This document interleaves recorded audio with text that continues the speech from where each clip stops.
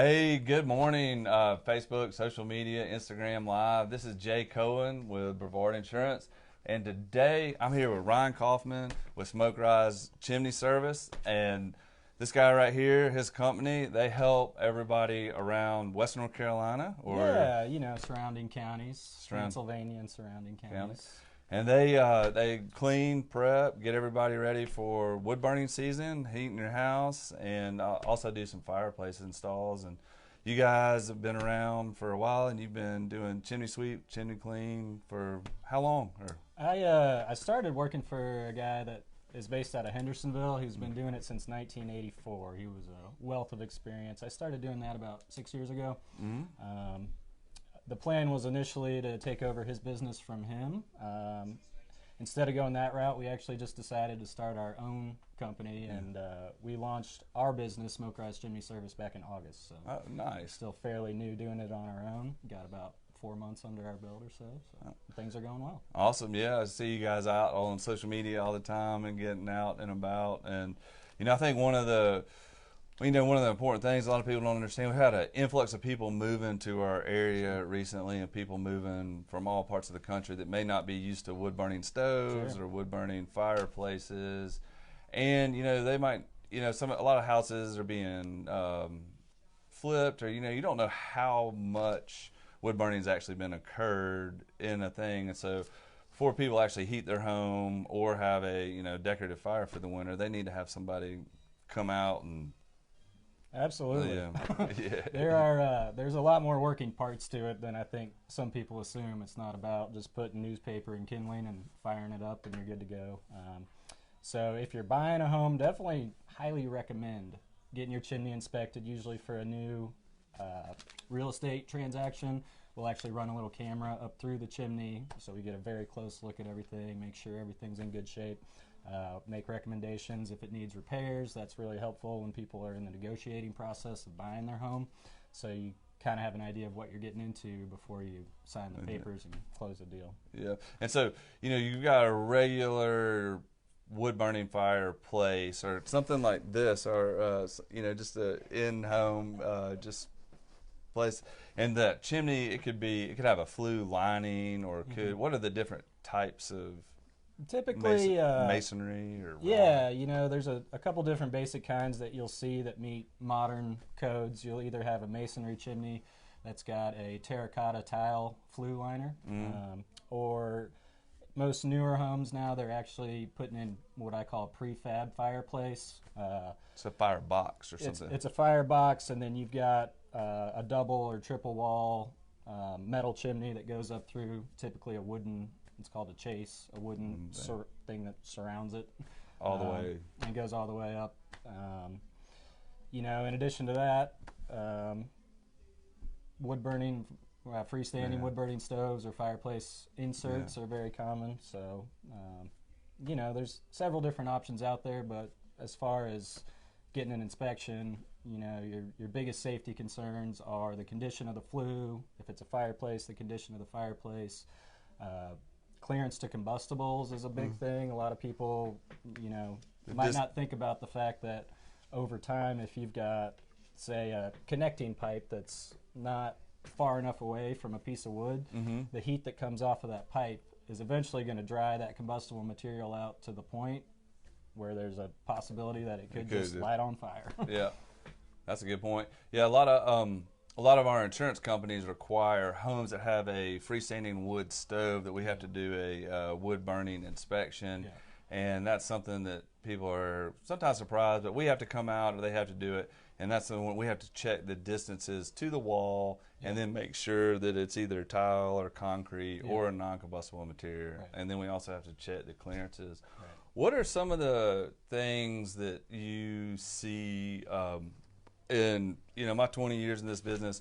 We've had some chimney fires that were caused by squirrel's nest or animal debris going into chimneys. We've had creosote buildup. We've had people do, overloading a firebox or running it too hot. What are some other things you've seen out there? Well, definitely the number one thing is general neglect. People will operate a fireplace or a stove for years and years and years, never have it inspected or cleaned. Over time, the creosote buildup, which is a flammable material, we'll get to the point where if it does catch on fire, typically when you're running an open fireplace, say, the temperature inside that flue is, 400 or 500 degrees, something like that. When you have a chimney fire, all that very flammable creosote starts going up in flames. The temperature goes from that, 400 to 600 to like 2,500. Oh, wow. And, that's where having the integrity of your flue, making sure that, whether it's stainless steel or terracotta tile, that it's going to be able to contain that immense heat and the flames and all that occur when you have a chimney fire. Yeah. And yeah, that's really good information. It's definitely something people need to think about and look at. And if you hadn't ever used a wood stove, I've lived in a couple houses with wood stove, and it's a little bit intimidating. You got to get the airflow right. There's fire bricks in there. There's grate in there. There's a lot of stuff.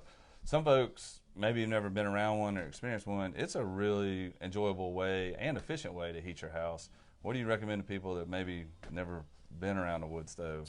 There's definitely a little bit of a learning curve to it. It's typically, if people have never operated a wood-burning appliance, usually it's going to take a half a season or a season just to figure the animal out.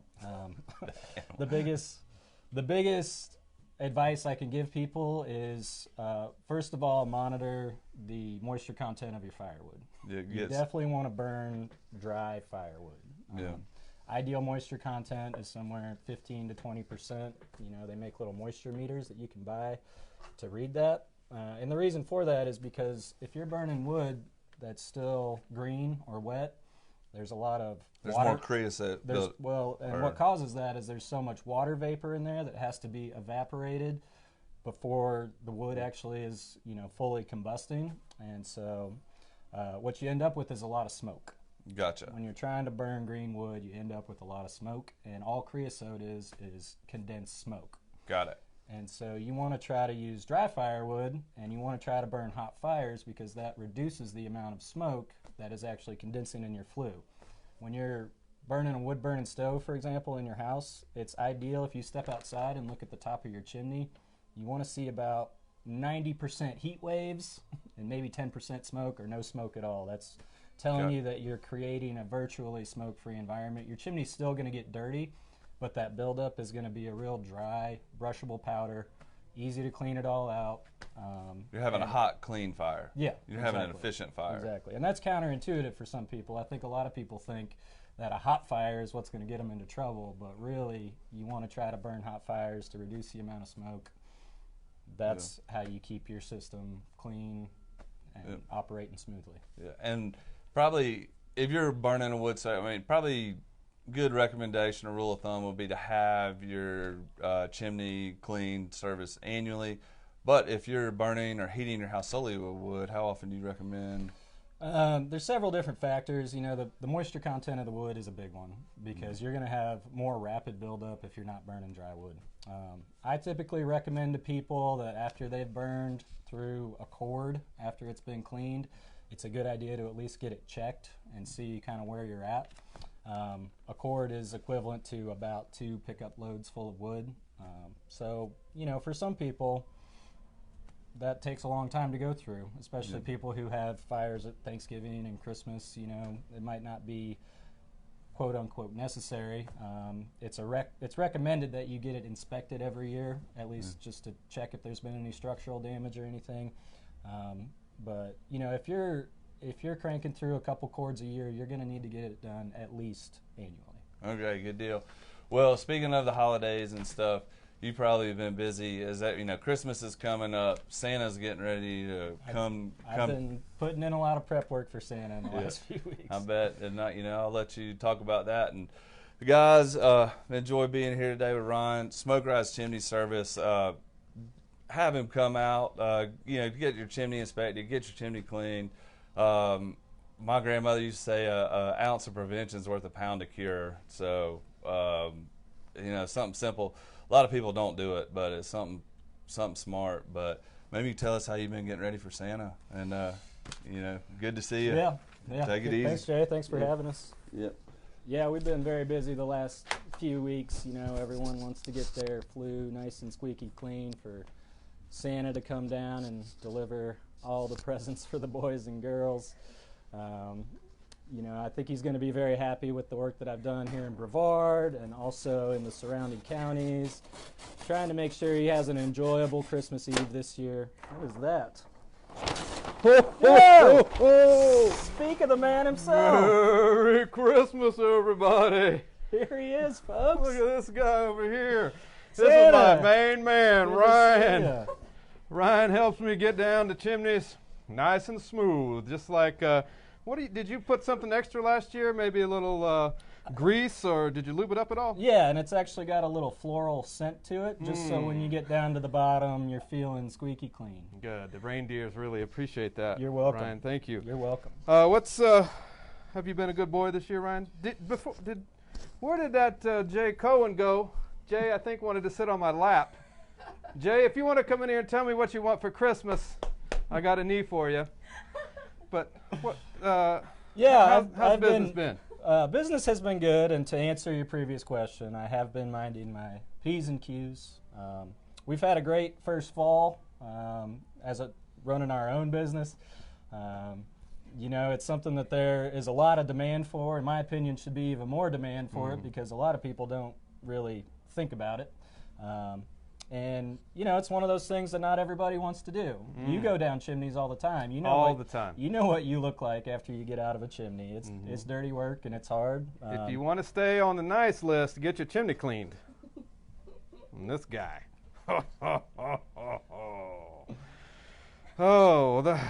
It's refreshing when you come down a nice, smooth, clean chimney and you don't have a bunch of soot all over your butt. That's good news. That's right. Good news. What else is? So you're. This is a newer business for your opportunity. Yeah, we launched our own business basically back in August, and so been trying to put a little bit of money into advertising, but really trying to focus on just doing quality work, charging a reasonable price, hoping that word of mouth is going to go a long ways for us.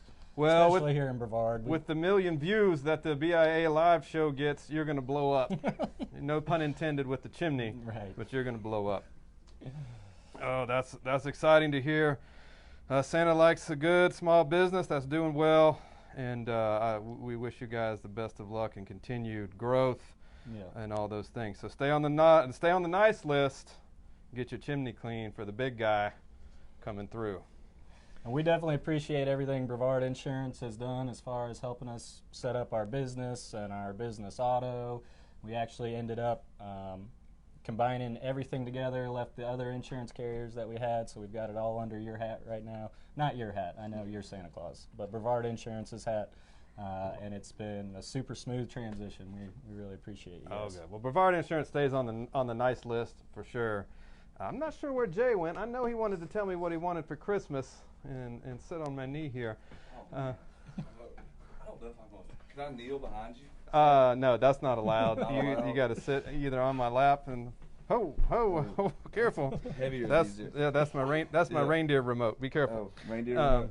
I'm still working on this electric e-bike for downhill mountain biking. I understand there was a representative from the North Pole here last week in the ELF, and there was a downhill e-bike situation. Yes. Are you having trouble pedaling downhill, Jay?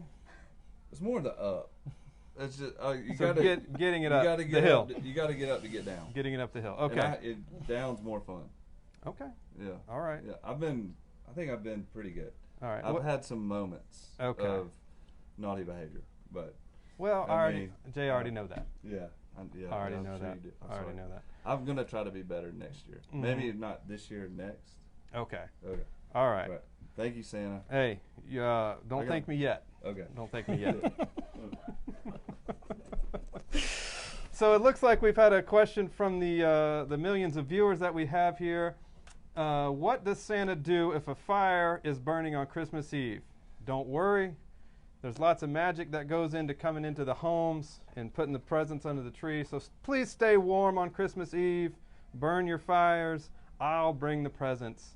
Don't worry about how we get in. It's a little Santa North Pole magic that is none of your concern. So, and keep your doors locked, because that makes it even better for me. It looks like we have another question from you. When landing. Have I ever knocked a chimney over? What, when you land? No, we've never knocked a chimney over. Do you guys do 24-hour service? For you, Santa, put me on your speed dial. All right. If you're having an issue on Christmas Eve, I will get out there as soon as possible. All right, I'll keep you on the sled phone. You'll be on my favorites on my sled phone. Right. Thank you, Ryan. And well, I hope you guys have a Merry Christmas. Just wanted to let the viewers know a few opportunities this weekend that you can have to come out and spread some holiday cheer, and maybe see the big red guy. Tomorrow, the Transylvania County Parks and Recreation Department is having Christmas in the Park over at their building behind Pisgah Forest Elementary. Go out and enjoy that. I believe it starts around 11-ish, but don't quote me on that. Look on Facebook. Search up TC Parks and Rec on Facebook, and you can see that. There's also a few Christmas markets where you can go and get some gifts for your family and friends. Tomorrow, 185 King Street is going to have that open, so go and see them. And then on Sunday, you can head down to Rosman, and they're going to have their Christmas market there as well. Oh, I'm not. Rosman, you need a Christmas market on Sunday. Cedar Mountain is on Sunday, so you head up to Cedar Mountain for the Christmas market, and you have plenty of opportunity to go out and get those last minute, or not last minute because we're still early, but those good gifts, local gifts in those markets. So folks, thanks for joining us today.